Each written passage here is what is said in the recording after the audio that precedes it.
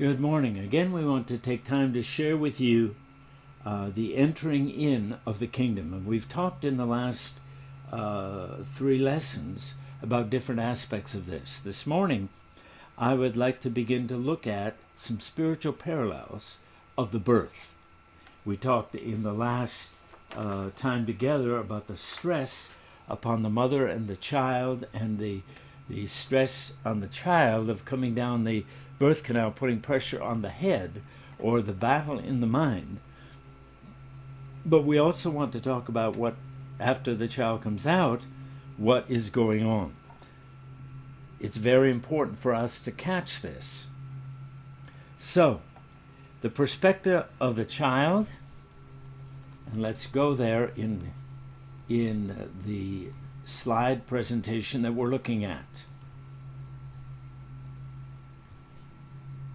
The perspective of the child. In the natural, the baby has been living in water up to this time. What should be happening in the spiritual child, whether it be an individual or in a local assembly, it should be immersed in the Word up until this time. It is essential in the shaping and forming of a child, in the spiritual realities, that the Word be what it is immersed in. And often we get so busy with everything else, and we get them so busy that they do not know the Word of God. They do not understand the Word of God. The first thing that is important is that they be immersed in the Word, and through the umbilical cord, the food comes, but the context in which that child lives is an equation, or is equated with the Word of God. So it's important that they catch that. So let's move on. Again, all we're doing in this is giving you some spiritual parallels to think about and to take back to Father and say, Father, is Dr. Bill right, or is he right off his nut? Okay? So the perspective of the child, the natural, the water breaking does the water breaks doing 2 things. Number 1, the current knowledge of the Word seems to disappear. In other words, in getting them ready, as it were, to live in the realm of the Spirit, there is a flowing out of the Word. But the Word flowing out, or the water breaking, washes and cleanses and cleans the birth canal, so that all infection is washed out in preparation for the child, the new life coming down. The changing the atmosphere and making the environment uncomfortable for the baby is one of the things that happens when the water breaks. In the spiritual, this changes the atmosphere that the newly formed spirit child lives in. It could be that the knowledge that has been comfortable seems to vanish. And then we talked about the birthing of the cleansing of the birth canal in the natural. There is a cleansing of the spiritual birth canal. And that is whatever pressures God is going to bring to bear to bring them into a new realm. Any infection in those is washed away and cleansed. Thirdly, lubricating the birth canal. There's enough spirit in the spirit. There's enough spiritual understanding to make the coming into the new realm a little easier, and that's essential. It's essential. All of this is still part of that birthing process. Then we come to number 3. Okay? The head is engaged or becomes locked in position preparatory to descending the birth canal. Spiritually, God causes our mind to become locked in position or fixed, just as Jesus was fixed to go to Jerusalem. Number 4, labor pains begin to cause the mother to push the baby out of the known into the unknown. Boy, I wish we could catch this. Remember, labor pains are experienced by apostolic ministry and they begin to push, as it were. This, I believe, is done in prayer. Paul travailed again in birth in prayer until Christ was completely and permanently formed in the Galatians. That was his focus. That was his desire. That's what he wanted to see happen. And I believe by the grace of God, there's a sense in which that did happen.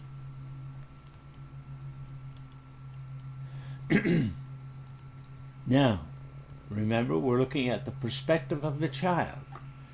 In the natural, pressure, phenomenal pressure comes on the head, causing it to be pressured out of shape, which lasts for a short while after the child's emerged from the womb. I'll never forget our last two children. I delivered them at home, and I got to see this process firsthand. Now, the eyes of love see that child as beautiful, but when it first comes out, it's misshapen. The head's misshapen because of the pressure. That's why none of the plates in the bone plates are rigid. Otherwise, the head would break. But they slip and move so that the child can be brought forth. And there's a flexibility in the thinking, in the mind, in the head, that allows for birth and pressure. In the spirit, our understanding of spiritual things, a portion of the mind of Christ that's been forming in us comes under pressure. It could be intense doubt or fear of error. This pressure, this presses us into prayer or relationship with God. Remember this, all pressure that comes upon us is really called, and the job of that pressure is to bring us into deeper relationship with the Lord. The enemy would misinterpret it, the enemy would try to do a number of things, but really it's there, God allows it, in order that he may bring us into a new realm. Continuing with this perspective of the child, here's what we have.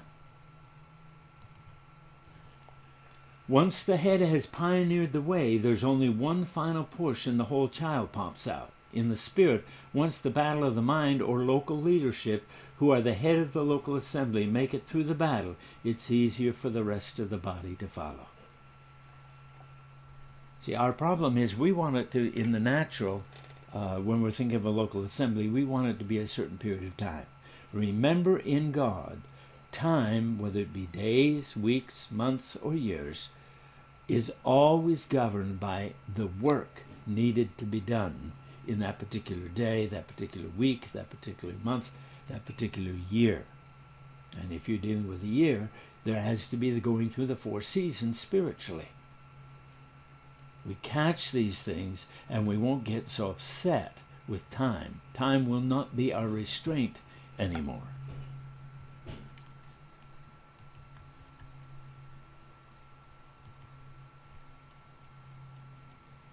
Now, catch this memory. Catch this. These principles apply first to an individual Christian, and then in the development of a local assembly. If I understand it in the natural Christian realm, or in the natural realm, I'll begin to at least catch a vision of what it means in the spiritual realm. Remember, the church was conceived when Jesus called the 12 disciples. It was born again on the day of Pentecost. And that's the ability to speak the ability to speak in tongues is not being born again. I say that because I came out of a denomination that did not believe you were saved until you spoke in tongues. And yet the character of Jesus in a number of these, who could speak in tongues like a train barreling down the track, the nature of Jesus was not there. Okay? And I want us to focus on the nature, not on the giftings. This is so, so important. Let me go back in this. The church was conceived when Jesus called the 12. I'd like to go back a bit because actually the church was conceived when Jesus was born. He was the first cell, as it were, in the womb. And he had to develop within the womb and then gather other cells to him.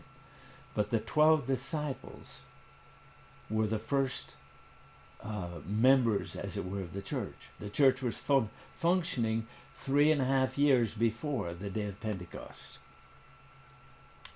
We just let that one sink in. I want us to just stop here, and as we do these things, we'll release them every couple of days as we have them ready.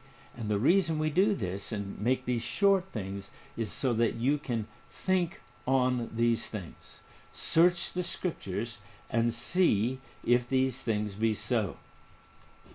Because these are not thoughts that have been normally out there. Being born again is being birthed. Oops. Here we go. Is being birthed into another realm. There it is.